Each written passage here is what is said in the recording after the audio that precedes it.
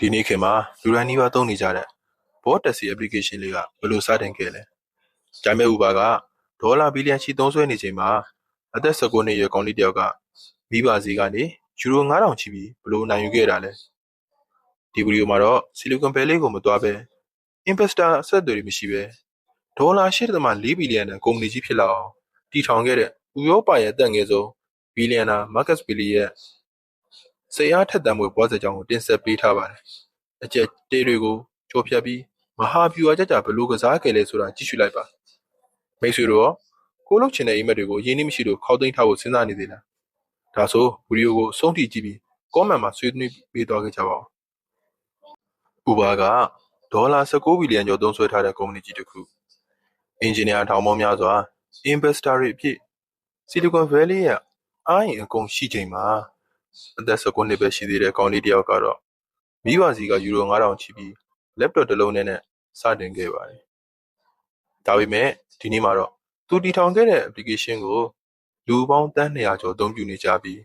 ကုမ္ပဏီတန်ဖိုးကလည်းဒေါ်လာ8.4ဘီလီယံအထိရောက်ရှိနေပါပြီ။ဒီ app ကတော့ဒီနေ့ခေတ်မှာ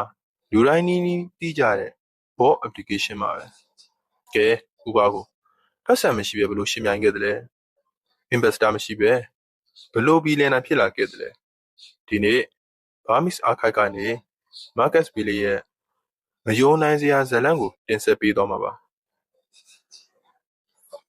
Marcus ရဲ့ဇာတ်လမ်းဟာလူဦးရေ1.3သန်းပဲရှိတဲ့ဥရောပနိုင်ငံလေးဖြစ်တဲ့အက်စတိုးနီးယားကနေစတင်ခဲ့တာပါ။နိုင်ငံသေးသေးလေးပေမဲ့ Sky လိုကမ္ဘာကျော်တက်ကုမ္ပဏီကြီးတွေပေါ်ထွက်ခဲ့တဲ့နိုင်ငံဖြစ်တာကြောင့် Marcus ဟာလည်းငယ်ငယ်လေးကတည်းက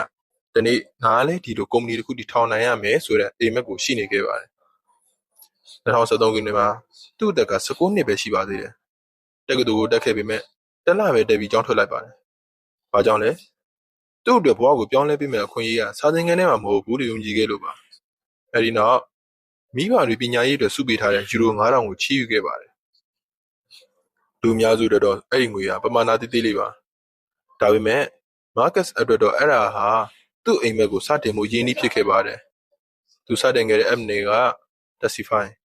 ခုကျွန်တော်သိနေကြတဲ့ Bolt application ပါပဲ။အစပိုင်းမှာတော့ရုံငန်းကြီးတွေမရှိဘူး။ဝန်ထမ်းအဖွဲ့ကြီးမရှိဘူး။ investor တွေလည်းမရှိဘူး။ Marcus တယောက်တည်း laptop တစ်လုံးနဲ့ taxi driver တွေကိုလမ်းပေါ်မှာတယောက်ချင်းလိုက်စီးရုံးခဲ့တာပါ။ကျွန်တော် app ကိုသုံးကြည့်ပါ customer တွေပိုရလာမယ်။အဲ့လိုနဲ့ driver တယောက်ပြီးတယောက်စုဆောင်းခဲ့တယ်။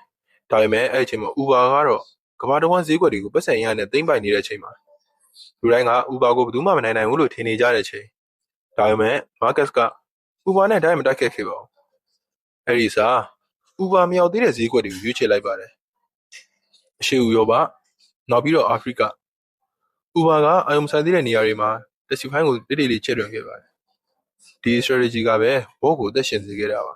။ Uber က IPO မလုပ်ခင်အထိဒေါ်လာ19.8ဘီလီယံအထိသုံးခဲ့ရပေမဲ့ Bolt ကတော့ငွေဖြုံးပြီးမတိုက်ခဲ့ဘူး။အဲဒီစာစမတ်ချက်ကြသူကစားခဲ့ပါတယ်။ကုန်ကြစည်အနေနဲ့ဝင်ငွေဒေါ်လာ10သန်းကိုအလင်းမြန်ဆုံးရောက်ရှိသွားခဲ့ပါတယ်။ဒါပေမဲ့စမ်းသပ်မှုကြီးတစ်ခုက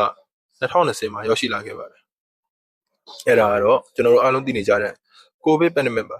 ။လူတွေပြင်မထွက်တော့ဘူး။တက်စီစီးသူတွေပျောက်သွားတယ်။ညာရင်းချင်းဘောရဝင်ငွေ85%ကပျောက်ဆုံးသွားခဲ့ပါတယ်။ရှားကုမ္ပဏီတွေကဝန်ထမ်းတွေကိုအစုလိုက်ပြုံးလိုက်လှုပ်ဖြုတ်နေချိန်မှာ Marcus တို့ leadership team ကတော့လာသာရှုပ်ကိုဆုံးဖြတ်ခဲ့ပါတယ်။ Marcus ကိုယ်တိုင်ဆို0 seller နဲ့လုပ်ခဲ့ပါတယ်။ပြီးတော့သူတို့ချက်ချင်းပြီးပေါ်လုပ်ရတယ်။ကျွန်တော်တို့ပုံမှန်စီးနေကြ Russia ကနေ food delivery business ဘက်ကိုပြောင်းခဲ့တယ်။အဲဒီဆုံးဖြတ်ချက်ကပဲဘောကိုပြန်လဲအသက်သွင်းနိုင်ခဲ့တာပါ။ဒါပေမဲ့ဒီနေ့အချိန်မှာတော့ဘောဟာနိုင်ငံပေါင်း90ကျော်မှာမျိုးအနေနဲ့ဆိုရင်မျိုးပေါင်း600ကျော်မှာအသုံးပြုနေကြပြီး user ပေါင်းတန်း200ကျော်ရှိနေပါပြီ။လက်ရှိကုမ္ပဏီတန်ဖိုးကလည်းဒေါ်လာ8.4ဘီလီယံ။ Marcus ကတော့အသက်28နှစ်အရွယ်မှာဥရောပရဲ့အသက်ငယ်ဆုံး self-made billionaire ဖြစ်လာခဲ့ပါတယ်။သူပြောခဲ့တဲ့စကားတစ်ခွန်းရှိပါတယ်။မင်း Silicon Valley ကိုသွားဖို့မလိုဘူး။မင်း investor တွေလည်းမလိုဘူး။မင်းတကယ်လိုအပ်တာကခုချက်ချင်းစတင်ဖို့ပါပဲ။တခါတလေကျွန်တော်တို့အိမ်မက်တွေကိုပတ်စံမရှိလို့